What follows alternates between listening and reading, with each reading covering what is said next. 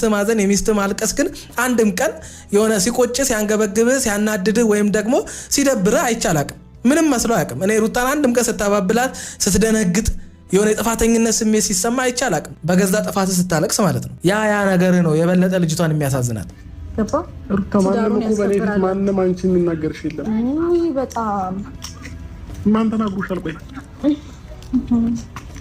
አረማኝ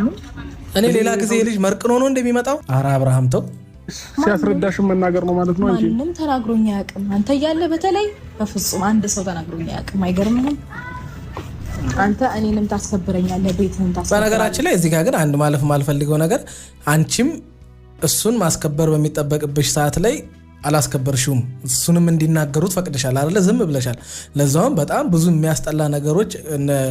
ኖቫ ምናምን ነቡራ ነው ማን የሚባሉ ልጆች እንዲናገሩ ፈቅደሻል ኖቤል ነው ምናምን የሚባሉ ልጆች በቃ ወንድሞቼ ናቸው ያለሻ